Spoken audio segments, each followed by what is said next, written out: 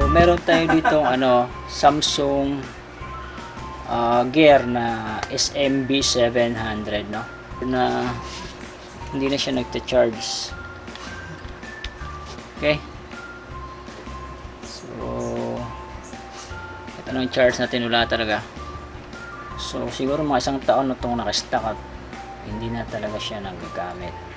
So subukan natin i-repair. Okay? So paano siya buksan? So simple lang naman kasi nakabit yung charger niya. Remove mo lang, push. So ito yung pinaka charger. Ikita mo. Ayan. Close natin. Okay. So meron siyang mga parang screw dito, no? Ito. Pero hindi yan. Meron siyang mga screw. So pero ito ang dapat buksan, itong apat na yan. Meron tayong tools dito. T6. Ito yung pinakalumang tools na pang 3310 pa. So buksan natin. Ayan. So kaya hindi nag-charge kasi kalawang na. Kalawang.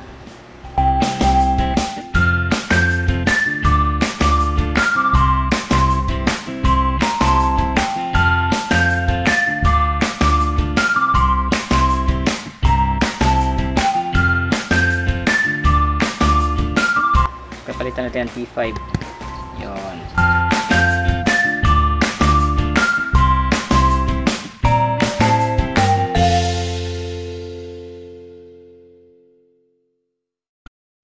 Palit tayo ng tweezer. Ito. So, buti natin. Yan.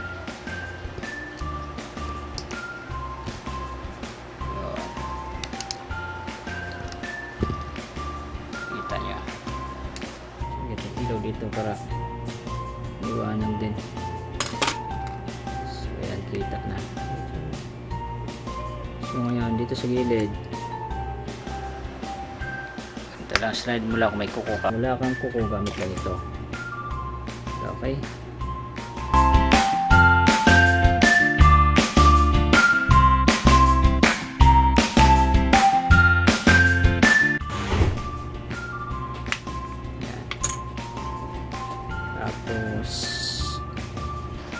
Dandan na sa angat, ha. Dandan sa angat.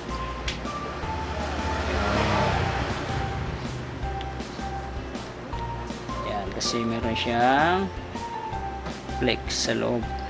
Ayan, kita mo yung flex. So pwede mo siyang iangat gamit to or ganyan. So hindi pwede. Meron pa siyang ito yung pinaka LCD. So kung gusto mo safe, ito na lang gamitin mo. Ito. Tapos meron pa siyang dalawang screw. So ito, buksan natin. Okay, dapat nakaganyan. So kung hindi kita, yun, matatakpan ng kamay. Yun. So meron kang dalawang screw. So kunin natin yung pinaka maliit. Dandahan lang kasi waterproof kasi ito, kaya may mga rubber yan siya makikita. Ito yung rubber, waterproof yan.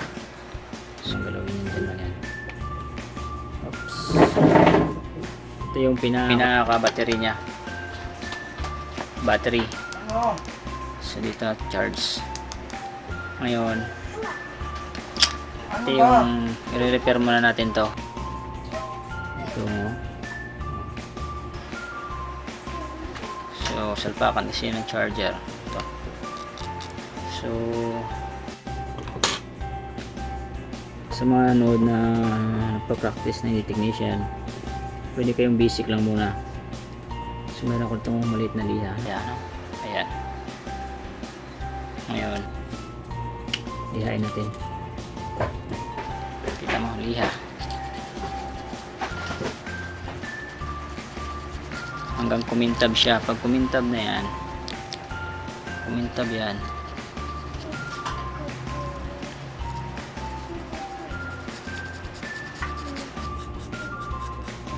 Parang patanggal natin yung rubber, ha. Rubber kasi yun eh. So, ito ang brush. Ano akong brush dito? Okay, so ito. Spray ito ng mga pugi. Taka natin. Brush mo.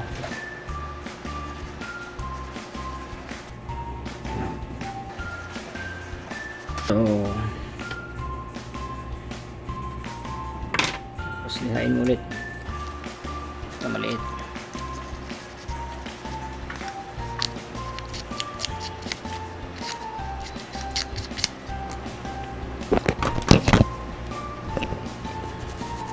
Ingatan nyo to kasi Oplex to. Ito yung pinaka main board.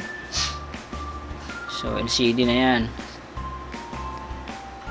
Ngayon, ito yung battery. So ang gagawin natin dito, charge muna natin to direct sa power supply. Okay.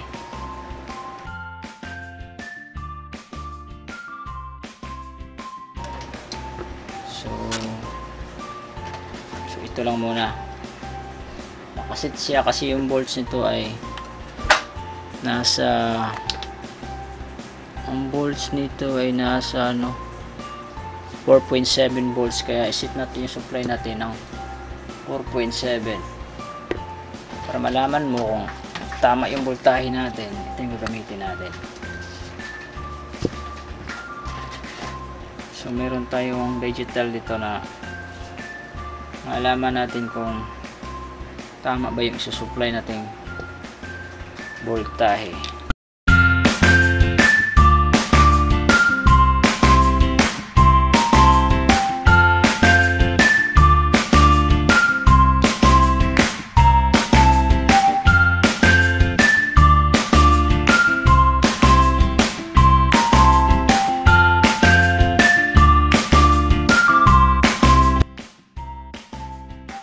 Yan, 4.8. So dapat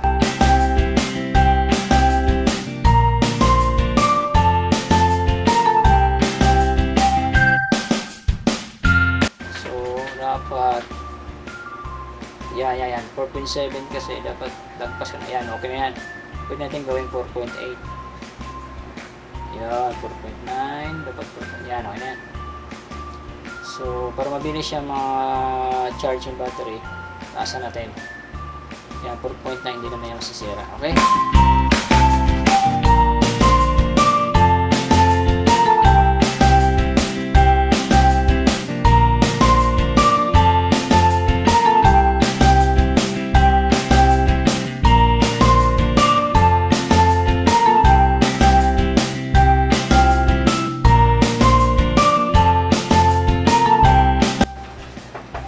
So ngayon manual na lang muna natin to.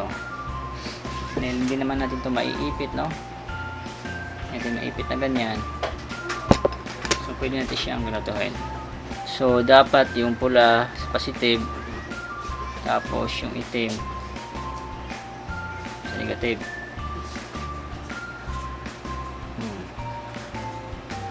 So mangangawit ka dyan. So kailangan mo gumawa ng paraan na ma-charge siya, malagyan siya ng power, ha? So ayan, nakasit yan sa 4.9 volts.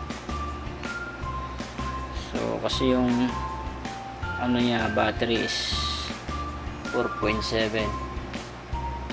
Kita nyo nabuhay yung battery, di ba?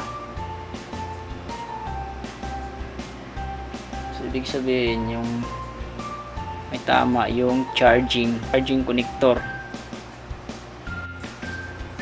Okay. So nakita nyo siya, okay yung battery, may laman. Kasi pag patay yung battery, hindi mag-charge. So ito, lihain na rin natin to, no?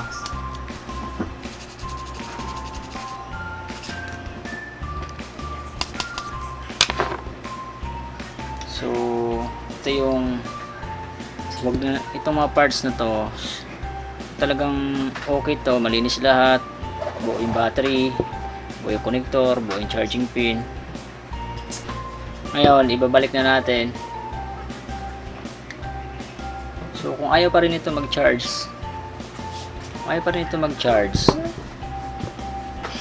so kailangan nyo nadalhin sa repair shop yung ano nyo, gear nyo.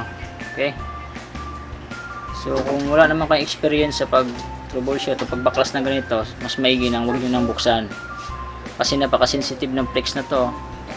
Pag maputol mo yan, wala na, tiway na yung magkano to ngayon, tiway na yung libo-libo mong pera na binili mo dito. So ibalik na natin.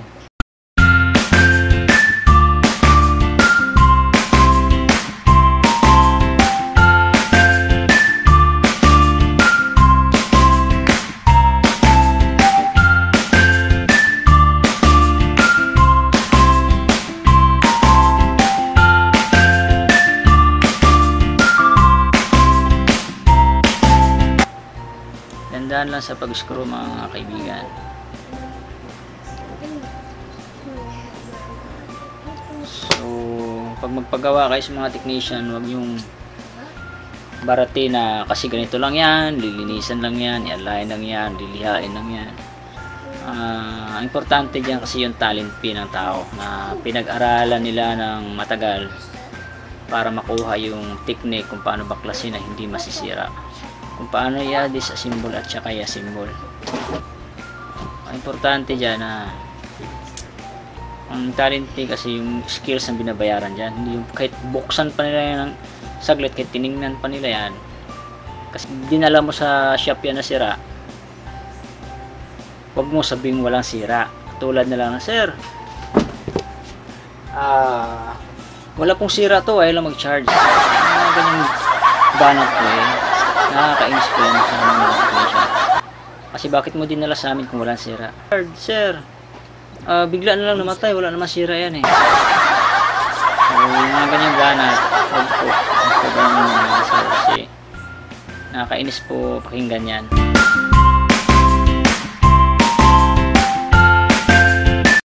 So dapat para magawa ng maayos yung mga cellphone, yung mga gadget nyo, maging mabait kayo makipag-usap sa mga technician. Kasi halos lahat naman ng technician ay free check-up. Doon pa lang dapat magpasalamat na kayo sa amin. Kasi wala nang free check-up ngayon. Sa amin na lang mga technician ang meron. So ikakabit na natin to ha. Dami kong sinasabi. Siyempre may kasamang payo yan. Hindi na may lock yan. Tumunog na ba? So ibalik natin yung charge kung nag-charge na. Ayan. Hindi mo natin ibalik yung screw ha. Check muna natin kung nag-charge. Okay, yung charger. Tignan natin kung mag-charge. Yan, nakita niya. So nag-charge na siya. Pero hindi natin alam kung magkakarga pa ba yan. Ayan o, 9%. Ibig sabihin, kanina kasi 0% yan. Makikita nyo na 9% na siya. Malabo ba? O, hindi ba makikita 9%? Kasi malayo. So sana sa nanood nito, mayroon kayong mga Samsung girl, dalhin nyo na po sa technician kung hindi nyo po kayang gawin. So huwag po tayo magmarunong. So kung may skills kayo sa pagbukas, di buksan nyo, basta ingat lang kayo na hindi maputol yung flex. Pero mas maigi na dalhin nyo na sa eksperto na malapit sa inyo. So okay na to. Buksan natin ha. Kung mag-on na ba, meron na siyang 10% eh.